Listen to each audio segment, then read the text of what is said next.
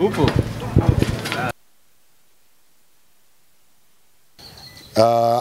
Hii miradi hapa ya hivi vivuko vitano bilioni 28 inatekelezwa chini ya TEMESA.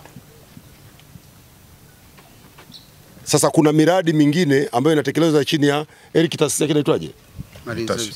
Tashiko. Kuna miradi ambayo inatekelezwa chini ya Tashiko ambayo pia ni ya ujenzi wa vivuko na meli kwenye maeneo mengine, Ziwa Tanganyika, Ziwa Nyasa na pia katika bahari yetu ya Hindi.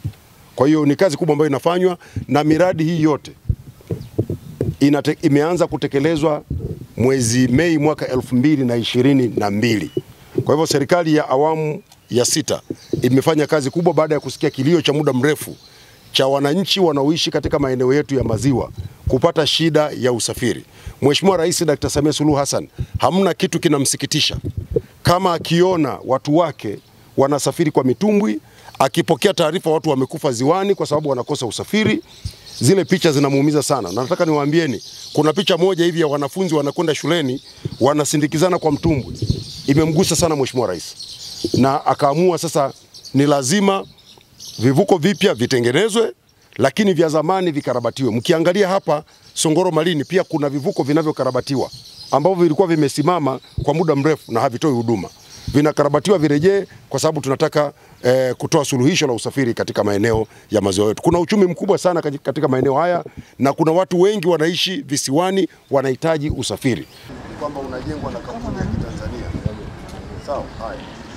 Kampuni za Watanzania zinapewa. Kampuni ya Songoro Marine ni kampuni ya kizalendo, kampuni ya wazawa, na kwa kweli tunataka kutoa shukrani za dhati kwa serikali ya awamu ya 6, na tunampongeza sana Mheshimiwa Rais Mama Samia Suluhu Hassan na serikali yake kwa kuendelea kuhakikisha kampuni za Watanzania zinapewa dhamana kwenye kufanya kazi ya miradi mikubwa kama hii mfano.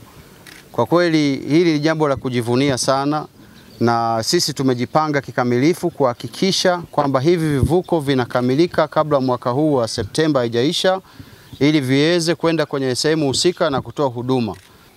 Gharama ya ujenzi wa vivuko hivi vyote kwa ujumla ni bilioni 18 za Kitanzania, bilioni 18.6 pamoja na US dola milioni 3.7, ambazo ukizijumlisha kwa pamoja kwenye ujumla tunakuwa tunajenga hivi vivuko karibu kwa bilioni 28.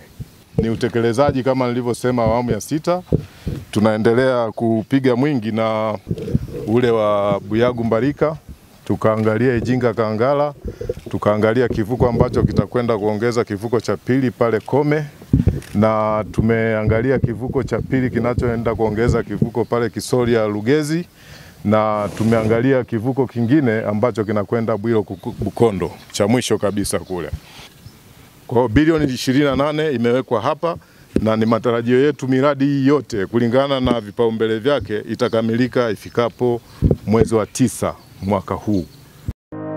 Ili kuwa mwanafamilia bora wa Global TV, usisahau kusubscribe, like, kushare na kucomment. Baada ya kusubscribe, bonyeza alama ya kengele ili kupata taarifa kwa kila video inayopanda Global TV Online.